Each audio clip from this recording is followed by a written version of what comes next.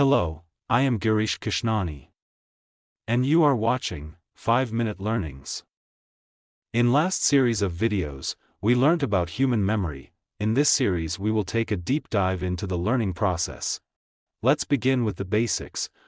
What is learning? It is a relatively lasting change in behavior that is the result of experience. It is the acquisition of information, knowledge, and skills.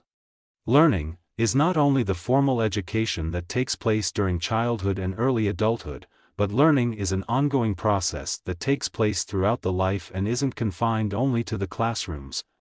Learning became a major focus of study in psychology during the early part of the 20th century, as behaviorism rose to become a major school of thought. Today, learning remains an important concept in numerous areas of psychology, including cognitive, educational, social, and developmental psychology. Learning is an active process which involves multiple steps. To learn, you must encounter new information, pay attention to it, coordinate it with what you already know, store it in your memory, and apply it, for example, to fix a running toilet. You might gather the required information, and then follow the instructions to make the repair. Or, you came across an unfamiliar word while reading. You stop and look up its meaning. This way, you have learned a new word. The term active learning is often used to describe an interactive process, such as doing a hands-on experiment to learn a concept rather than reading about it. But passive learning, reading a text, listening to a lecture, watching a movie, is still learning, and can be effective. Learning leads to lasting change. Learning means retaining the knowledge that you gained. If you see that new vocabulary word in another context, you will understand its meaning. And if the toilet starts running again in the future, you may not need to gather the information on how to repair it. Learning occurs as a result of new experience, whether it is reading a new word, listening to someone explain a concept, or trying a new method for solving a problem. For example, you may take different route to work. You can determine whether it works for you and then use it in the future. There's far more to learning than book learning. It can affect attitudes, knowledge, or behavior. Yes, you can learn new words, concepts, and facts. But you can also learn how to do things and how you feel about things. It's important to remember that learning can involve both beneficial and negative behaviors.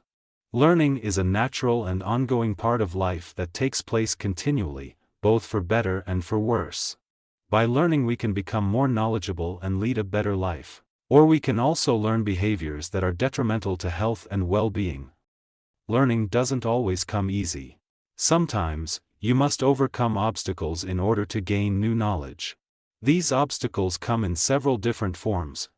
Environmental challenges, access to learning opportunities, and aspects of the learning environment play a role in how people learn. These can be big or small challenges. If you can't find instructions or locate someone to ask about your running toilet, you lose the opportunity to learn fixing it. In the classroom and the workplace, you may face physical, cultural, or economic barriers that may limit your ability to learn. Cognitive challenges can affect the learning process. For example, the ability to memorize something or to pay attention to information can either facilitate or hinder learning. Specific learning disabilities, such as dyslexia, affect the way knowledge is processed and retained. Motivational challenges, both intrinsic and extrinsic motivation, affect how much people learn. People with a strong intrinsic motivation feel compelled to learn for learning's sake. They do not need rewards, such as grades or prizes, to feel motivated to learn. Of course, this may only apply to certain skills or subjects. For example, a 5th grader may need extrinsic motivators to complete math homework, but he may be intrinsically motivated to research their family history. Challenges with motivation can stem from ADHD, depression, and other mental health conditions. How to improve learning? Whether you are involved in formal education or not, you are always learning throughout your life. And there are strategies you can use to improve how you learn and how well you retain and apply what you have learned. First, keep learning. It is a skill that can be practiced. One study of older adults found that learning a new skill improved working memory, episodic memory, and reasoning. And the harder the new skill, the more it strengthened their brains. Make learning more effective by using multiple ways. Say you want to learn a new language, you might use an app that offers lessons in various aspects: reading, listening, and speaking. But you might also listen to a podcast in the new language while you are taking a walk, or practice writing new vocabulary words by hand. Similarly, it helps to review information frequently and to use memorization techniques. Another smart way to improve learning is teaching. For example, when you show a friend how to play chess, you're reinforcing what you know by sharing it. You must revisit the basics that were once new to you, and present them to your student. To summarize, learning is a multidimensional process. It takes place in many different ways, and there are a wide variety of factors that can influence how and what people learn.